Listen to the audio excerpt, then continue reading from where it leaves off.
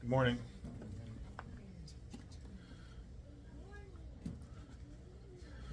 Through the Gospel of John, we've seen a number of miracles performed by Jesus. At least 6 so far, this being the 7th particular sign John gives emphasis to. We've seen water turned to wine. We've seen a man healed of being lame, a man healed of being blind, even from birth. And in one sense, a miracle is a miracle and a sign is a sign, but there's something about John chapter 11, the resurrection of Lazarus, which grabs our imagination, because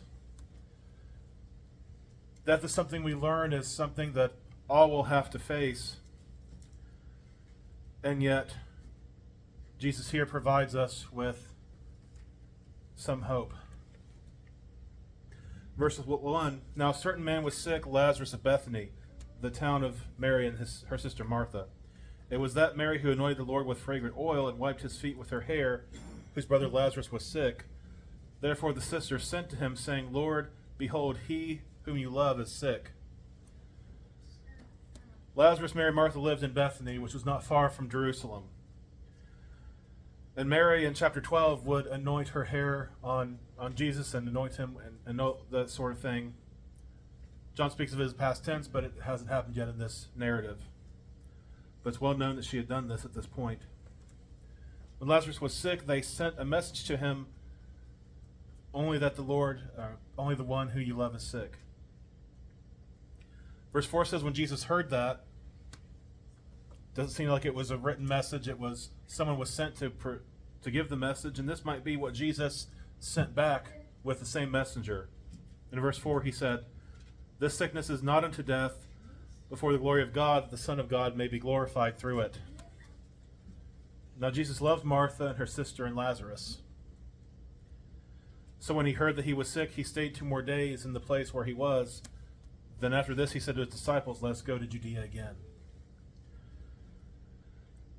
It seems that some think that he waited for a particular purpose, but it's most likely that when he received the message, Lazarus was already dead. And he waited and took care of some things, and then he decided to return to Judea, return to Bethany, which again is not very far from Jerusalem. Disciples don't know why he says they should go. In verse 8 they ask, Rabbi, lately the Jews have sought to stone you. Are you going there again?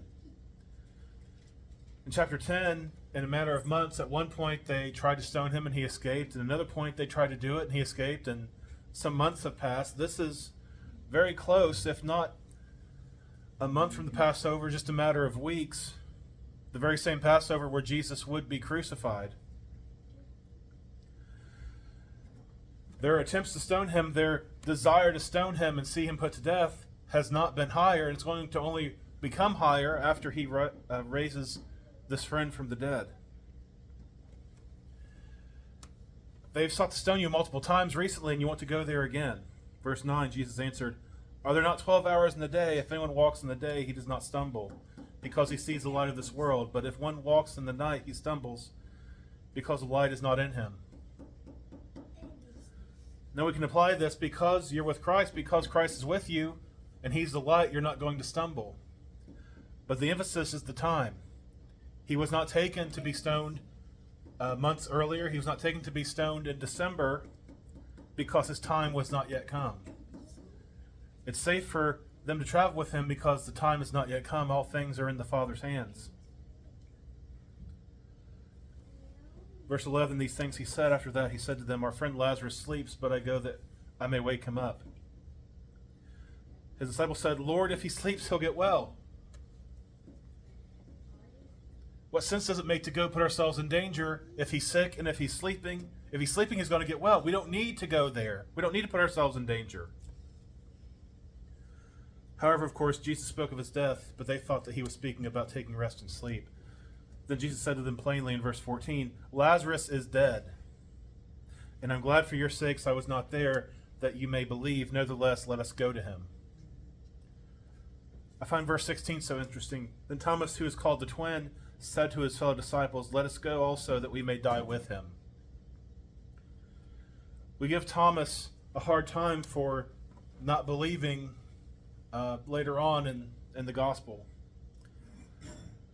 But here he sees Jesus is going to go, and if Jesus is going to die, then they're willing to die with him.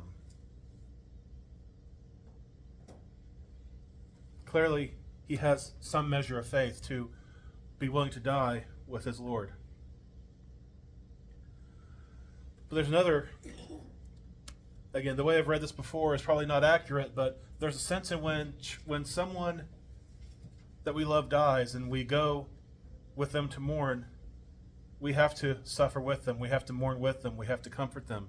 We have to suffer in order to help and assist others. That is our duty. Verse 17. So Jesus arrived. So when he came, he found that he had already been in the tomb 4 days. Now that 4 days is no mistake. There was a misunderstanding from a passage in Hosea and a Jewish tradition that after 3 days, that's the time the soul departs. The soul, in their mind, lingers around the body, and when it sees that the body starts to decompose, the soul departs and is gone. So Jesus came not after 3 days, but after 4 days, and his body was laid in the tomb and sealed up. Verse 18, Bethany was near Jerusalem, about 2 miles away. Many of the Jews had joined the women around Martha and Mary to comfort them concerning their brother. And again, these Jews, when it refers to the Jews in John, we're speaking about these religious authorities. We're speaking about Jesus' enemies, those who are wanting to see him put in the tomb. Verse 20, Then Martha, as soon as she heard that Jesus was coming, went and met him, but Mary was sitting in the house. Martha said to Jesus, Lord, if you had been here, my brother would not have died, but even now I know that whatever you ask of God, God will give to you. Remember, they sent the message, Lord, those who you, the one who you love is sick. He may have sent the message back to them in verse 4. This sickness is not unto death, for the glory of God, that the Son of God may be glorified through it. I don't think she's asking here that you raise Lazarus from the dead. If she was, it doesn't make sense for her. When he says for the stone to be rolled away later, she says, Lord, there's a stench. We don't want to do that. If she's not asking for Jesus to raise her brother from the dead, she's saying, I know if you were here, you could have healed his sickness. But I still have trust in you. I still know that whatever you ask of God, God will give to you. That's a powerful statement of faith in light of suffering. Jesus says to her in verse 23, Your brother will rise again. Martha said to him, I know that he will rise again in the resurrection of the last day. Again, she makes a clear statement of faith. And she's not wrong in saying this, but Jesus is trying to tell her he'll rise again. Sooner rather than later, I guess. Verse 25, Jesus said to her, I am the resurrection and the life. He who believes in me, though he may die, he shall live. Whoever lives and believes in me shall never die. Do you believe this? There is no resurrection except that which comes from Christ. There is no life except that which comes from Jesus Christ. There is no eternity except which comes from Jesus Christ. He says, He who believes in me, though he may die, he shall live. Whoever lives and believes in me shall never die. Do you believe this? You believe Jesus can do signs. You believe there is a resurrection of the last day. But do you believe this is your trust in Christ? She says, Yes, you are, Lord, I believe that you are the Christ, the Son of the God, who has come into the world.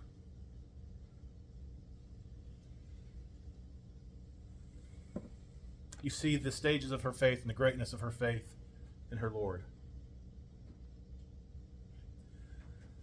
And then Mary comes to meet Jesus, following in verse 28.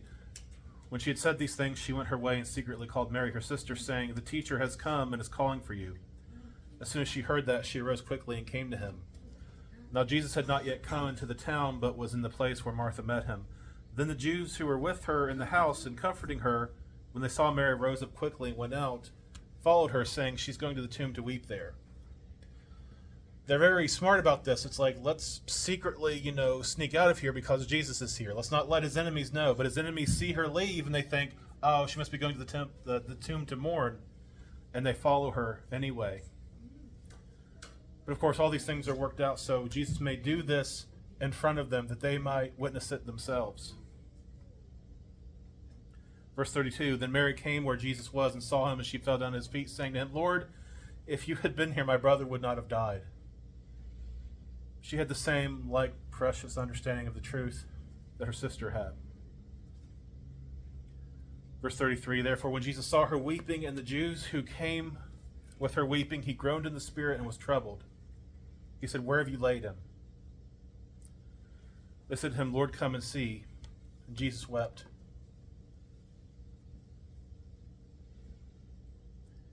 It boggles our mind, and we struggle with this idea that Jesus knew exactly what was going to happen. He knew that Lazarus was going to rise again within a matter of minutes, and still he wept, because he saw what death had done to this family, to these people. He saw the sting of death, which was not God's design at the beginning. He planted man in the garden, he planted the tree of life, but because of sin, death entered the world.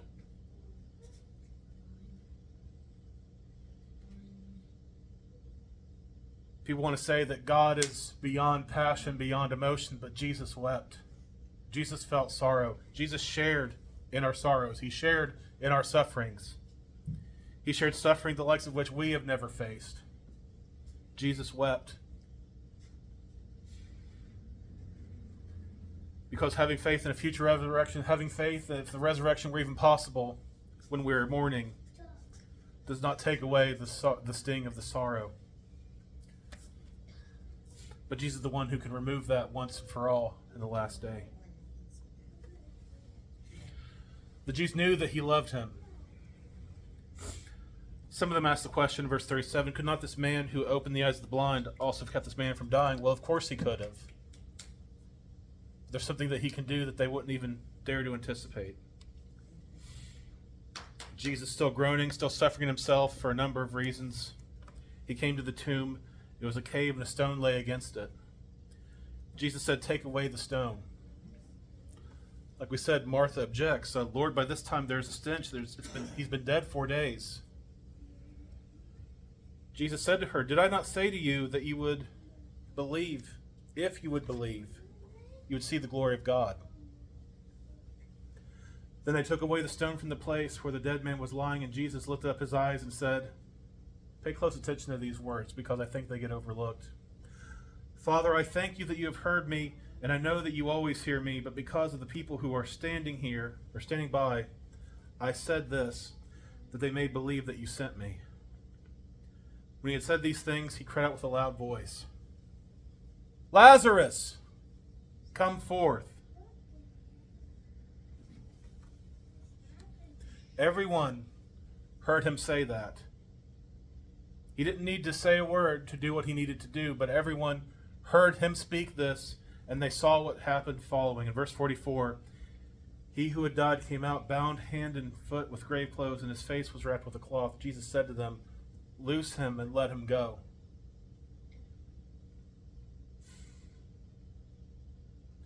Not only was his spirit reunited with his body, but his body was made whole and restored as if it had never began to decay.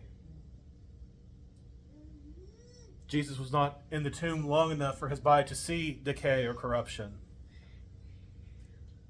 But though our bodies see decay and corruption, they will be raised up on the last day because they'll hear his voice, as we saw back in chapter 5.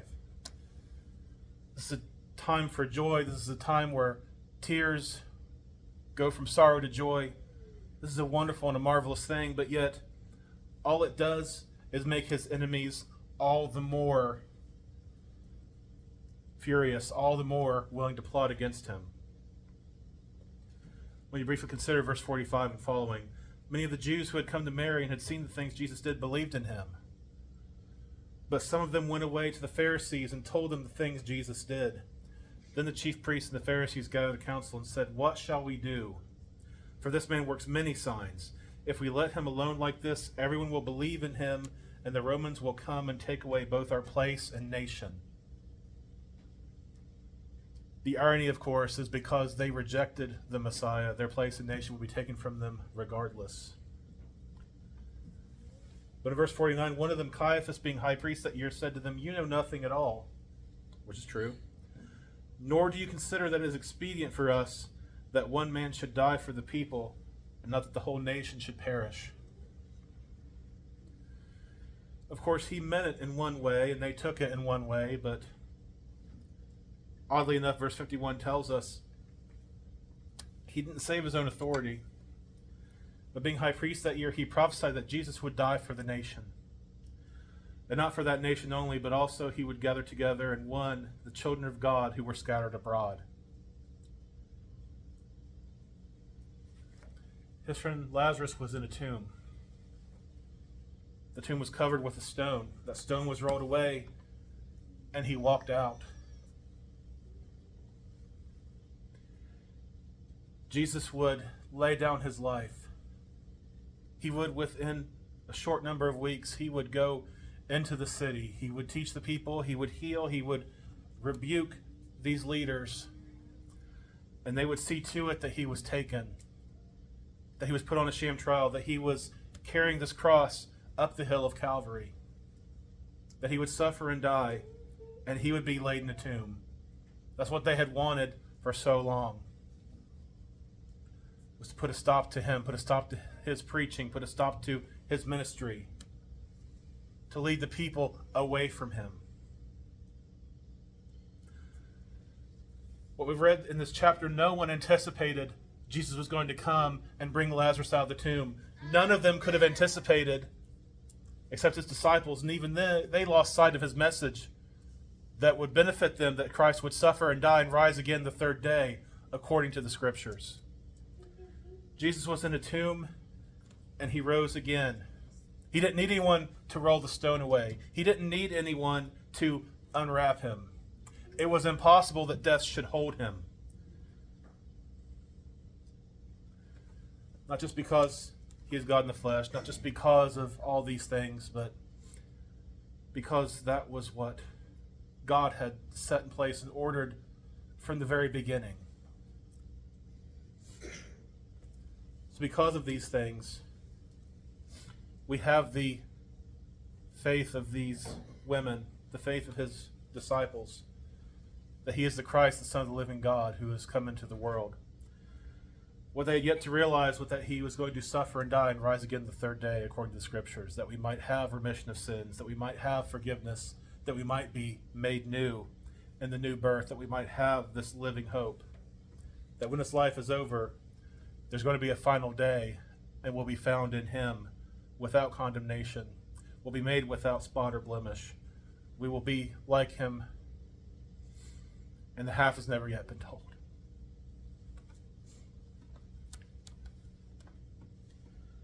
There are today that have not obeyed the gospel of our Lord Jesus Christ.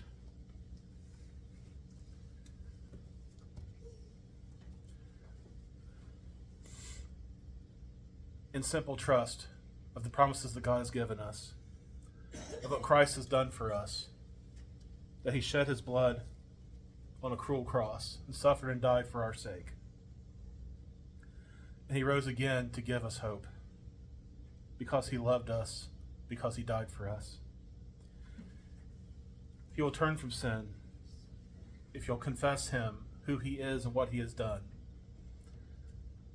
ultimately confess him by being joined with him in baptism, you'll rise to walk in the new birth of the new creature. If any have done these and still gone their own way or gone astray, we ask that you return to the chief shepherd and bishop of your souls, the Christ who loves you, the Christ who